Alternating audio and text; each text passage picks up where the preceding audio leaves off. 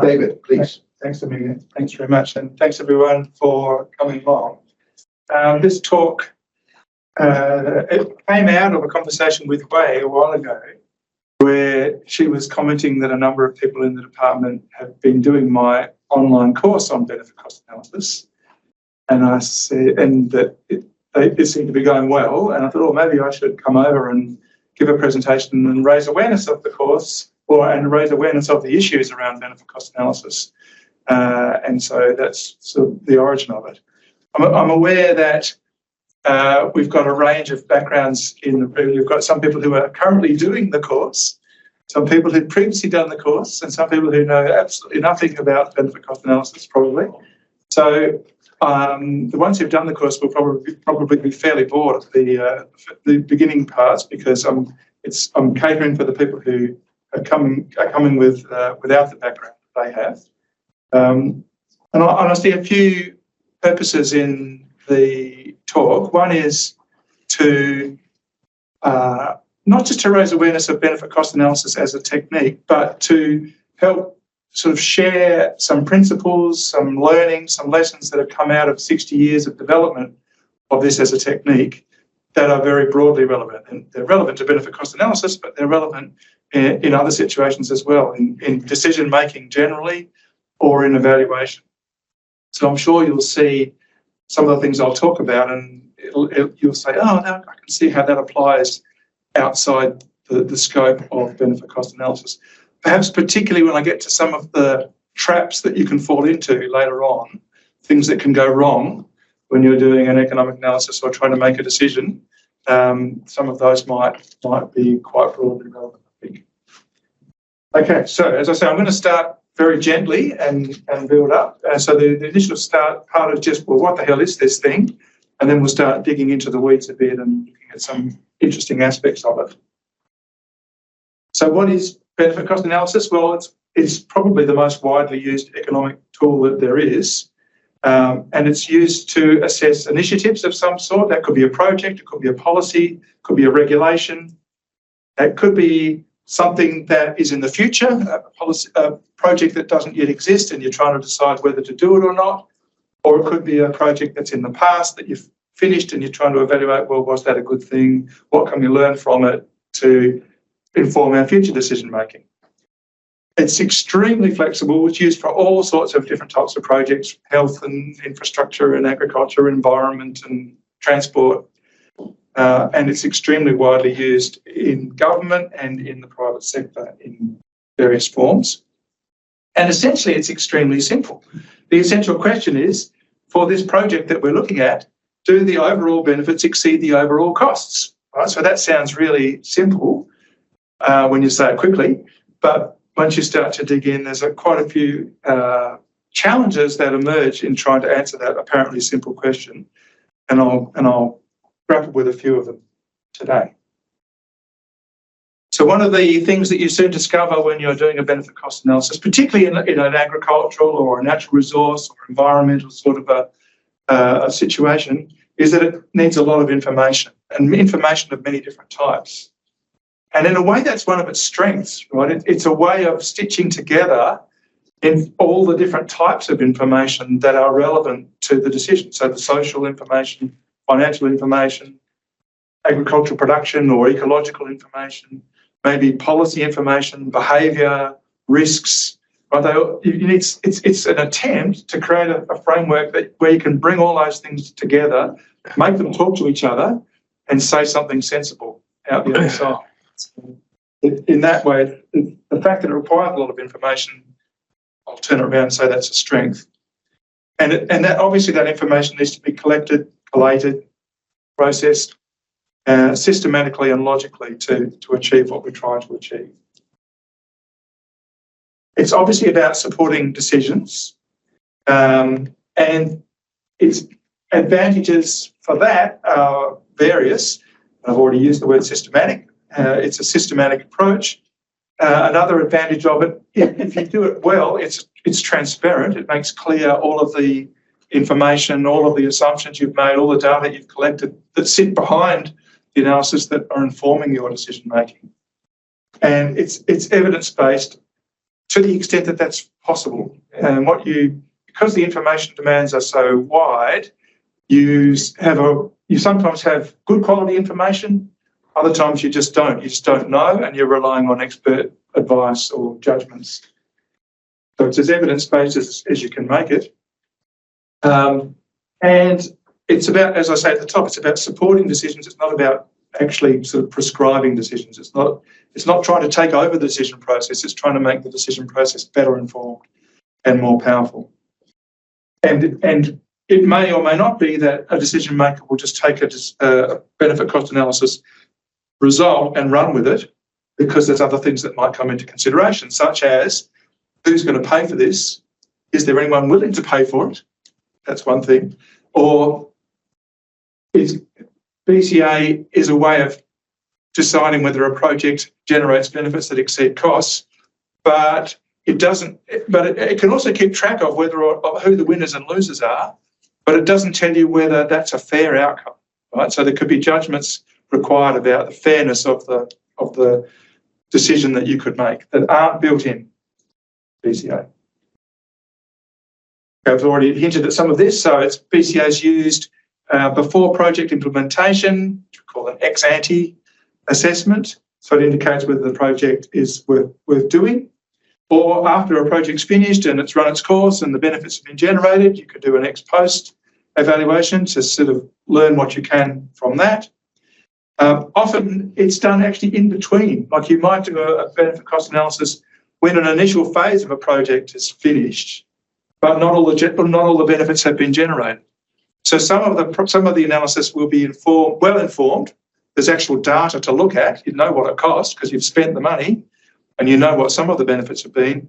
But the benefits of the project might last for 30 or 40 years, and you can't observe all of those yet. So it's in that case, a mixture of observations and predictions. It's used for a whole variety of different uses. I've already indicated it's used to evaluate projects or policies or regulations. It's also useful for comparing alternative ways of delivering a particular project. My observation from working in government and working with governments is that it's often the case that when people come up with an idea for a project, they design the project, and that's it, right? And then if the project happens, it's that project that they designed. Whereas often there's more options than that. Often it's quite valuable to review and evaluate a variety of approaches to a project to see, well, which of these is actually really going to work best? Which of them is more feasible? Which is going to generate more behaviour change? Which of them is less costly or more costly?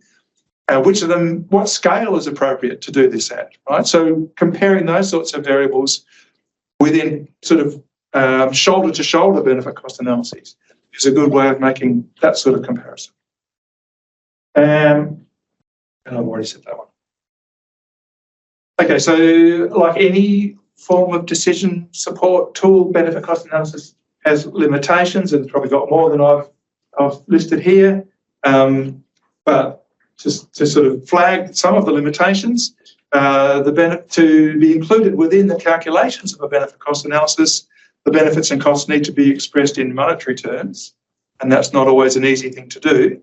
I'm going to flag a few methods that economists have developed to try and capture and monetize more intangible types of environmental or health type benefits. And I've already said that the decision metrics that come out of it don't consider whether a project is fair. I've already said it requires a lot of information. And depending on the type of thing we're looking at, if we're trying to do a benefit cost analysis of a project that doesn't yet exist, then we're going to have to go with predictions of the numbers. We don't know what the numbers will be. And so there could be high uncertainty about what will happen. I'd highlight that that's not specific to benefit cost analysis, of course. That's any type of analysis you wanted to do to try and evaluate a project that hasn't yet happened. You'll be subject to that difficult issue of dealing with uncertainty. Hui, we were talking about what I would talk about today, Hui mentioned to me that people had mentioned to her that they thought it was cost-benefit analysis, not benefit cost analysis. And I just wanted to say, well, it's all the same thing. There's no difference in those methods. And it's, as you can see, there are some textbooks that say benefit cost and some that say cost-benefit. Probably more textbooks say cost benefit, but the journal is the journal of benefit cost analysis, and the society is the society of benefit cost analysis. So don't fret, it's all the same thing. Put the cost base up first. Yeah. Well, the reason I prefer benefit cost because that's more, it seems to me that's more consistent with what we're doing, right? We're subtracting the costs from the benefits, or we're dividing the costs into the benefits. So I like the benefits minus costs, or benefits divided by costs. Is a benefit cost ratio, is there a cost benefit ratio? Well, it's arbitrary which way you do it. Yeah. You just have to interpret it differently. Yeah. But 99% of the time, economists calculate a benefit cost ratio. Okay, so starting to dig a little bit into the specifics now.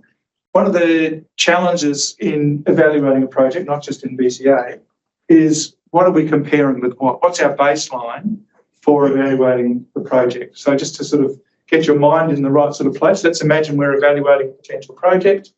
This is a project I actually did evaluate, establishing vegetation along a stream bank. And we're asking ourselves, how large are the benefits? What are we going to compare with what? So this is the project I have in mind. This is a drain in Linwood. It was a drain in Linwood. It got converted into a really nice natural area. So one of the issues to take account of is what would happen if you didn't do the project? What would that particular situation look like? Because that ideally is going to be our baseline that we use for comparison. So it is possible that nothing would change. So this is I've got my years along the bottom. I've got values or benefits on the vertical axis. My blue line is my indication of how the benefits generated by this drain, becoming a creek, change over time. And the purple dashed line is what would have happened in the absence of the project. So there were some benefits in this example on the screen. There were some benefits being generated by a project or by a particular situation, and they just continue on flat. And if we do the project, the benefits are going to increase. And the relevant measure of the benefits is the vertical distance between the blue line and the purple dashed line in any particular year. So the difference between the points labelled 2 and 3 is the benefit generated in year 25. So if that was the realistic situation, then comparing before and after the project would be okay, right? Because before the project, things are just the same as they're staying, continuing on. The trickier part, though, is that it's not necessarily going to stay the same. So, for example, it could be that environmental conditions or agricultural production conditions or climate change is causing things to deteriorate over time. And so the purple line is declining over time. And with the project, we can get to the blue line. And so if we stuck with a before and after comparison, we'd actually underestimate the benefits in these more distant future years. So the distance between points 2 and 3 is now much larger than it was in the previous graph, because without the project, things would have got worse rather than staying static. It's even possible, using this way of thinking about it, you can recognise that actually there could be benefits in a project, even if conditions that you're looking at are still deteriorating, because they're not deteriorating as fast as they would have if you didn't do the project, right? So here's a case where the purple dashed line is deteriorating relatively quickly, and the blue line is deteriorating, but just not as quickly. The blue line is, so the difference between the blue line and the purple line is the benefits of the project. So there's a benefit, even though things are getting worse. But there can also be a case where you think you're getting a benefit, but you're not, right? You're not getting much of one. I actually evaluated a project in Victoria, which thought it was getting benefits from planting vegetation to reduce salinity. This is back in the day when salinity was a prominent issue. But when we did an analysis of what the groundwater would have done without the project, we found that it would have changed anyway, pretty much as it was doing. So there was really almost no benefit from the project. So this is sort of saying, whatever type of evaluation you're doing, think very carefully about what you're comparing it with. You need to compare it to a with versus without comparison scenario. And the without project scenario is not a fixed point in time. It's likely to change over time, and you should be comparing it to the without project scenario through different points in time rather than at a particular point in time.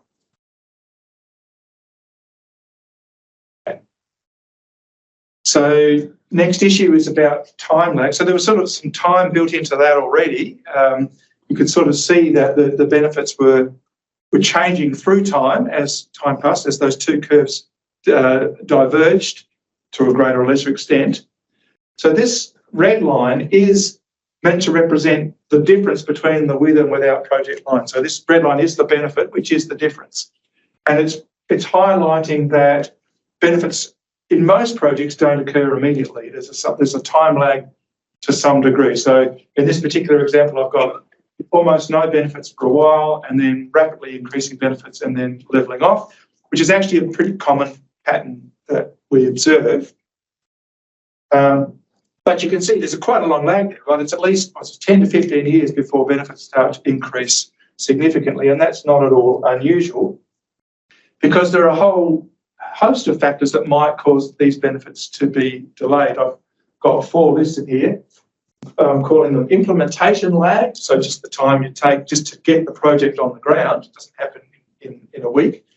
And depending on the nature of the project, it might take 5 years or more. The effect lag, so that's saying once the project is on the ground, once you've actually changed something physical in the world, how long does that take to affect to generate the benefits? So for a while there, I was doing a lot of work on groundwater and groundwater moving. Groundwater moves slowly, and so if you've got a source of pollution that is coming from groundwater and you turn off the pollutant at some a kilometre away, it's going to take decades probably before that effect washes through to the point on the ground where the pollution's coming out. So that would be an example of an effect lag. The threat lag is where you do something preemptively to prevent a problem that would have occurred in the future, so you don't get the benefits until it would have occurred in the future, right? So a preventative salinity project, if salinity is not going to happen for 20 years, you don't get the benefits until 20 years in the future.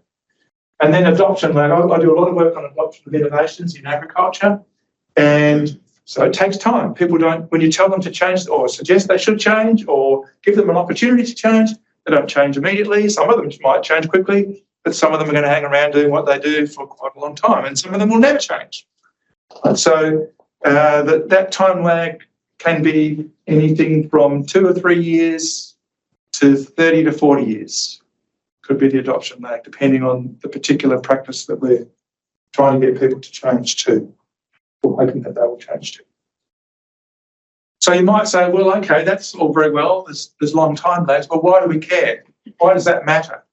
Well, it matters because for several reasons, the timing of when the benefits and costs occur relative to each other affects the overall benefits of the project. If the benefits are further into the future, then one way of thinking about it is that you've spent, for most projects, you spend money up front and then you wait for some benefits to occur. So that is, in economics terms, that's a bit like borrowing some money and investing it and waiting for the return. So if you borrow some money and invest it, there's going to be interest to pay on that money. And when you get to the point where the benefits arrive, you've got to pay up. The benefits have to be big enough to outweigh not just the amount you borrowed, but the interest as well. So BCA tries to capture that sort of thing, right? So it's not, even if it's not necessarily paying interest, there's an opportunity cost of capital. So that's economics jargon for saying if you did a project, you spend a bunch of money on this project, there's in a sense a cost of doing that, which is that you could have spent it on something else that would have generated a benefit. And we need to account for that. Right? That benefit is lost by doing this project. You're not doing that other project. So the way that we sort of factor that in, it's a bit like factoring in an interest rate. There's also other ways of other factors that sort of come into this wider time matter. There's a lot of research on people's decision making over time, individual people, you and me, and it shows that people are impatient. People prefer benefits sooner rather than later.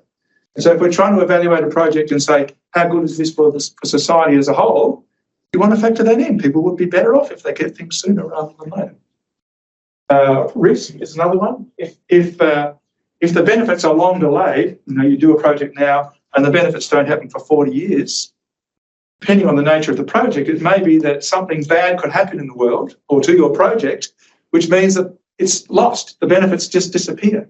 You plant some trees, the trees die after 20 years, right? And so they're gone. And then the other one's a bit more sort of obscure, a bit more economics, is growing wealth. So again, lots of evidence in economics that as people get more wealthy, the additional benefit that they get from getting more income falls, right? So when Andrew Forrest earns another $1,000, he doesn't even notice. When I earn another $1,000, I do notice, right? So it's sort of that sort of psychological benefit of, and so if wealth of society is growing over time, that's diminishing the benefits that you get from generating, at least from a financial, if you're generating financial benefits. Not all our projects are about generating financial projects, but some of them are financial benefits. Okay, so I'm not going to talk about what discounting or how it works in detail, but just to let you know that benefit cost analysis uses a technique called discounting to convert future benefits and costs back to present value so that they're easily comparable, allowing for these factors. And that's a standard thing in benefit cost analysis. All of the guidelines that you read from all the state treasuries and whatever, they all say that has to happen. Okay, so I've hinted at this already. One of the challenges with doing benefit cost analysis is that we would ideally like to capture and quantify and monetize all the different types of benefits from a project, not just look at one narrow type of benefit. Even if you think you're doing a project for one particular reason, if it generates other benefits as well, we want to know about them and we would like to quantify them. And there's such a wide variety of different types of benefits. It's quite challenging to capture them all. In some cases, it's quite hard to even identify what they are. But assuming you can, then how do you go about quantifying? And so this is just a list of 4 broad categories of benefits that we do pay close attention to. One is market benefits. So that would be the profits that farmers make or the well-being of consumers of a product.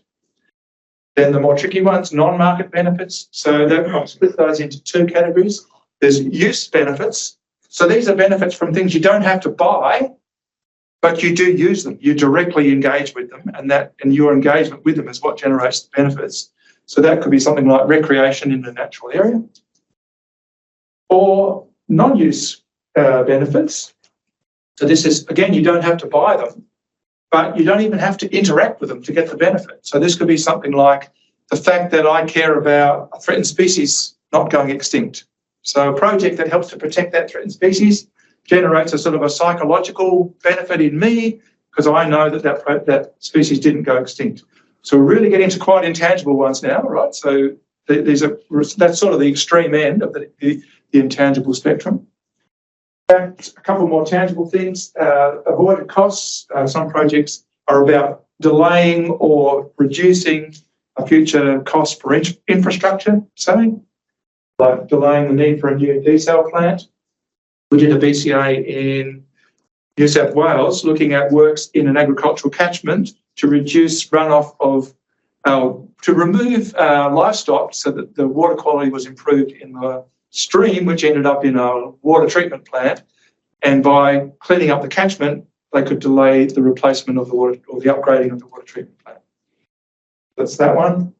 Avoided risks. So we did quite a bit of work on the economics of bushfire management, including prescribed burning. So it reduces the risks. It's a probabilistic thing. It's not a clear-cut thing, but you can quantify your benefits and then weight them by the probabilities and get benefits from that. So you can see there are quite different types of benefits that could come up, and many projects have multiple sort of contrasting types within them.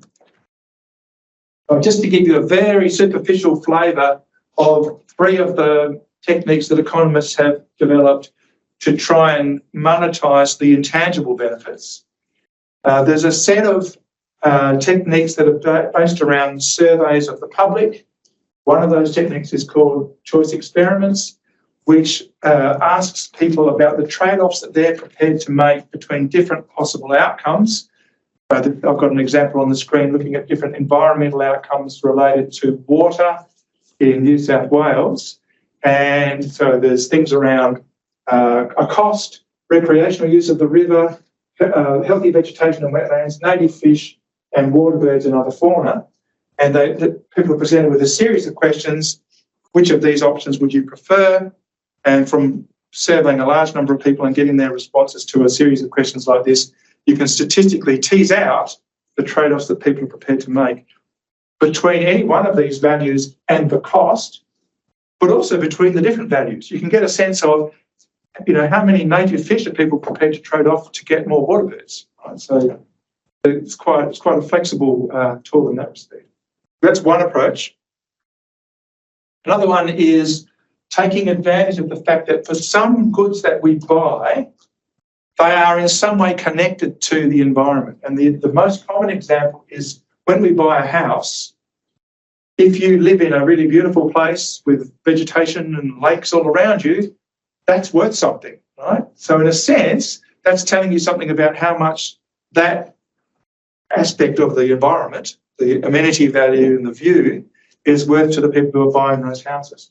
So an approach involves getting all the dots on that screen show a house sale in the western suburbs of Perth that was used to try and tease out the environmental value attached to living close to a lake. That's a photo of Perry Lakes, one of the lakes. So you have data about many aspects of the house: how many bedrooms, how many carports, what's the construction, and so on. And one of the variables you have is how far is it from a wetland or a lake. And so statistically, you can then use that. It's like a multiple regression. You unpack all of the values and you can read off the value of the lake. So obviously that's a limited value. That's only a value to those local residents. It's not a value that's captured by the broader community. It's just being expressed for those local residents. And the third one is called the travel cost method, which is often used to get the value of recreation. And the way that works is it tries to quantify the trade-off between how much money people have to spend to get to a recreation site, that's what's called travel cost, and how often they go there. So in a sense, it's like a demand curve in economics where you have a trade-off between cost and the number of units that you purchase. But once you've got that trade-off, it's relatively easy to go from there to estimating a value for the people who are making use of that site. And it's often used for fisheries examples. Okay, so to get into some of the tricky aspects, I'll run through a few traps that people fall into when they're doing benefit cost analysis, or indeed any other sort of evaluation. Some of these traps are quite broadly applicable. And the first one is double counting benefits. So it's quite easy because I've shown you already there's a variety of ways of measuring the benefits. I haven't shown you them all by any stretch. And the different ways of measuring benefits capture a different subset of all of the benefits. And so if you're not careful, you could easily say, I need to have that type of benefits and those types of benefits. I'll measure them in these two ways, but there could be some overlap between them. And so you're partly double counting the benefits. So here's an example, a common one actually. An agricultural research project results in higher crop yields. Somebody does a benefit cost analysis, and in the benefits, they value the extra grain that's sold, and they value the increase in land values that result. Well, the problem is those two things are basically measuring the same thing. The reason that the land value has gone up is because the value of the agricultural grain is increased, right? It's actually another way of measuring the same thing. And in fact, that's reflected in that house price example, right? Values are reflected in the land value. What can that land generate is one way of, it's reflecting that. So you cannot realise both. You either get one of those or the other. To get the land value, you have to sell the land. In that case, you don't get the grain sold, right? So you've got to choose which one. They should be similar. They should give you similar results if they're working. Okay, another one that often happens when people are doing DCAs of projects or policies is overestimating the value of job creation. And this gets economists into trouble because people like jobs and politicians like projects that generate jobs. But when we look seriously at saying, okay, yes, jobs are great, but let's look seriously at what the real benefits are, we often conclude that they're not as large as people are assuming. So the problem is that creating a new job has a flow-on effect. And from one particular study, here's a result that says if you can generate a policy that generates a 1% job growth shock just means it's a new thing, a new job growth increase of 1%, that reduces unemployment in the short term, but not by 1%, only by 0.5%. Because, well, I'll say why in a minute. And furthermore, that within 10 years, the difference that the project made 10 years ago has sort of washed out. And the difference we can detect has fallen to zero or close to zero. So that's a specific study, and I'm not claiming that this is always the right numbers, but it gives you an indication of what's going on. Part of what's going on, not the whole story, but part of it is that if there's a new job funded through the tax system, that tax has got to come from somewhere. It's coming from businesses or from consumers through the tax system. So it's actually being withdrawn from the economy. And when it was being spent, however it was being spent, either by businesses or consumers, it was generating jobs. So to create a job, we've killed some jobs, right? So there's this trade-off there. And it's quite tricky to evaluate whether or not you're going to be ahead or not overall. All right. Another thing that I observe when I'm reviewing other people's benefit cost analyses is that they sometimes ignore important costs. So, for example, I've seen benefit cost analyses that included salaries that were devoted to job creation as a benefit, but not as a cost. And it's a cost. You're paying money for those salaries, right? It's actually a cost. So that you need to worry about how you measure the benefits, and as I've said, there's complications there, but it's also a cost. The money spent is not just generating benefits, it's also a cost. Another one would be transfers. So some government programs involve taking money from the tax system and giving it to people for various purposes, so for welfare benefits, say. And so the people who receive that money get a benefit, but that is exactly cancelled out by the people we took the money from, right? The money came from somewhere. So transfers like that are usually assumed to cancel out. They may not cancel out exactly, but most VCA guides say the safest assumption is to assume that they cancel out. It might still matter to keep track of who's benefiting and who's losing, right? Who's paying and who's getting the benefits. That's still a relevant consideration. But in terms of the overall benefits, they roughly cancel out. The next one, which is sort of my favourite of these traps because it's so remarkable, is over-optimism. I've been doing VCAs for decades before I realised that this was a topic that psychologists study. They've actually got a name for it. They call it the planning fallacy. Within my group, we called it the culture of hope. The planning fallacy is a bit more, sounds a bit more serious. And so what this is observing is that a very common observation that when people get together to develop a project, they often overestimate the benefits and or underestimate the costs and or underestimate the risks of project failure. And it's quite interesting what's behind this. You might think, well, part of the story is probably about vested interest. Like in certain cases, people are saying, oh, this is something that will benefit my department or my section or whatever. But actually, that's not most of it. Most of it is that people are weird, right? Most of it is that it's a psychological trait that people get excited. They come into a project and they just get excited. They say, oh, this is going to be great. It's going to be really great, right? Much better than it really is going to be. And they start to sort of feed off each other. And it's worse if it's a group, right? They start to feed off each other and then this happens. Got a couple of really interesting examples. This is from a fantastic book called Thinking Fast and Slow by Daniel Kahneman. This is a quote from his book. In 2005, a study examined railway projects undertaken worldwide between 1969 and 1998. On average, planners overestimated passenger numbers by 106%, and in addition, the average cost overrun was 45%. And the real kicker is this bottom one. as evidence accumulated, the planners did not get more accurate. So that's a nice example, but this is my favourite. If you've been to Edinburgh, you might have seen the Scottish Parliament building. It's relatively recent, just in the 2000s, so there it is. And when it was originally built, when it was originally planned, the decision to create this new building was made on the advice that it would cost actually between 10 and 40 million pounds. That was the original advice in 1997. So they made the decision, okay, that's reasonable, let's go ahead with it. And by 2 years later, when they were getting into it, they decided, actually, that's not enough. We better just increase our upper limit by a cool 69 million pounds.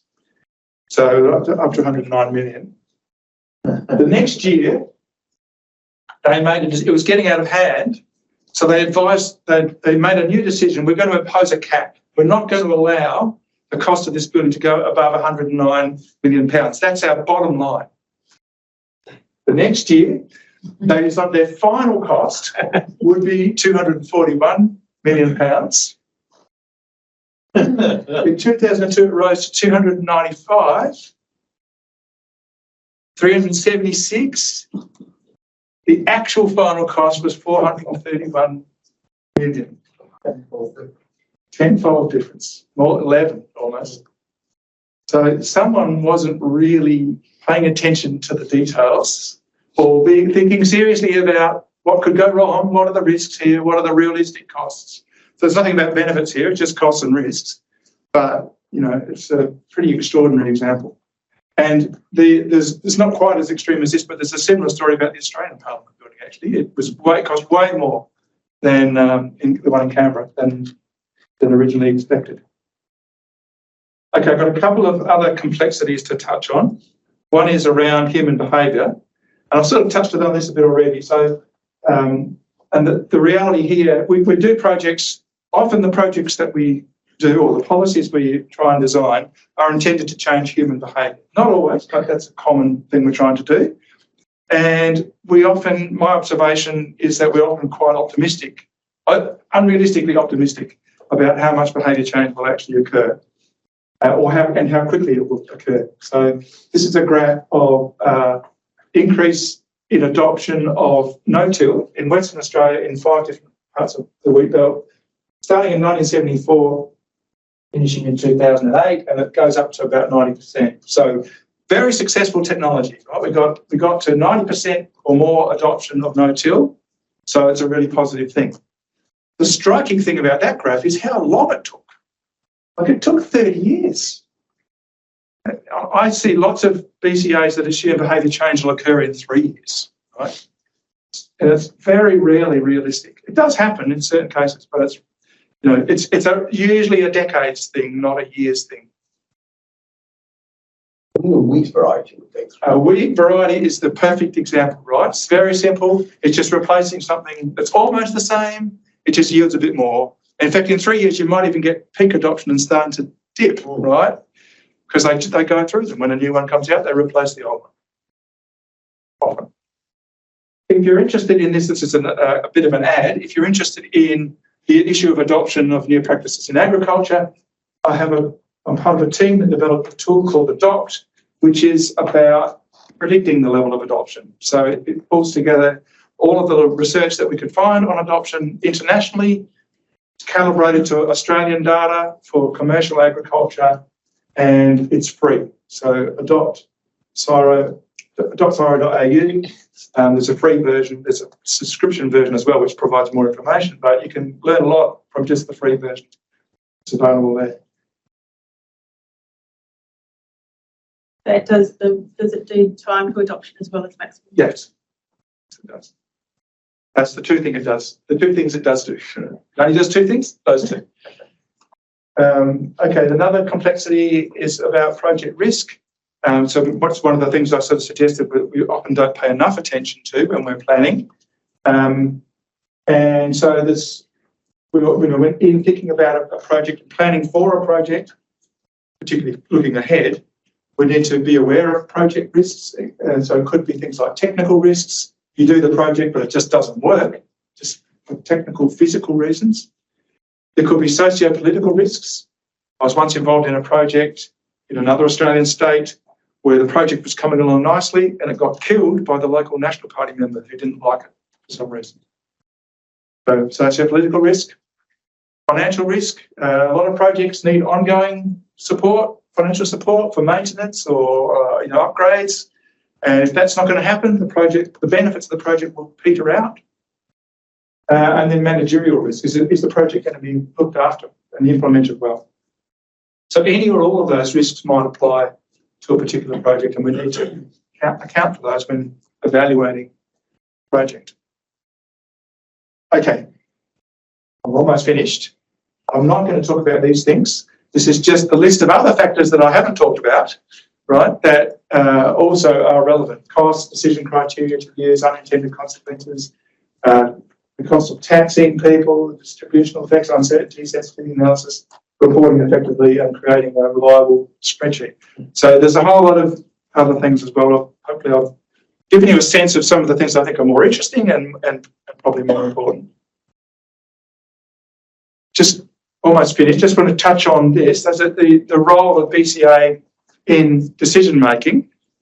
So benefit cost analysis is designed to be fully consistent with decision theory. So decision theory is a whole body, a whole architecture that's been developed by academics to say, if you were trying to make the best possible decision, what would you need to do? What would you need to consider? How would you stitch all the stuff together? Well, there's more than one way to do it, but benefit cost analysis is one way to do it. As I've already said earlier on, it's evidence-based. It's a way of making your decision processes transparent. It's also a good way of testing the robustness of decisions, right? So if you're thinking about a decision, you think you've got a good decision in mind, you can use a BCA to ask, well, what's the chances that it could go wrong? I think it's a good decision, but maybe there's a 50% chance that it'll fall over. One of those risks will come through and it won't work. So you can test robustness. I think it's worth knowing about BCA because many of the issues, as I said, that I've talked about are relevant to any type of decision. And they are neglected by some other types of decision tools. So some of the tools that you see that people have developed that aren't consistent with BCA can be problematic. And a common one is failing to properly account for the with and without scenarios. So I've seen quite a few tools that don't do that, and it's a significant problem. It can mean way underestimating or way overestimating the benefits.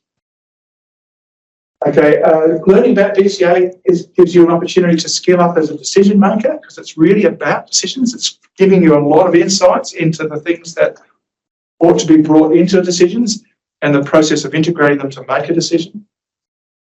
And it also helps you, I think it's good to go beyond confirming preconceptions. Some people who try to use a BCA think they know what the answer is. They just want to confirm it. Or they want to use it just because it's a good project and we need to put a business case together for funding. It's a pretty weak use of it. There's much better uses of it than you can do than that. All right, finish with a shameless plug for my benefit cost analysis course. If you think you might vaguely be interested, it doesn't require any background knowledge. There's no textbook required. That's the scale of effort that it takes. We've got some people in the room that have done it. They may or may not agree with that. You can ask them. And it's fully online. It can be self-paced if you want to, although most people tend to do it in a cohort, which I think tends to work better. But you can do it on self-paced if you want. There's discounts for bulk enrolments in 3 components: the essentials, measuring benefits, and practical issues. And those 3 components are priced like that. Discount for doing all 3. And my pitch is that it's a very practical course. It provides very practical hands-on learnings. The skills that you'll get there are transferable, and there's a part of the course is basically a spreadsheet course. Some people are really good at it already, but a whole lot of people come away from the course with much better spreadsheet skills than they went in with. And it's relevant to a variety of people. People who could do benefit cost analyses, people whose job might require them to commission benefit cost analyses, or people whose job involves in making decisions about investments or policies would be really well placed to do that if they knew something about them. So if you're interested, there's a website there. That will take you to a UWA website with a whole list of courses, and this is included in that list. That's it. Thank you, David.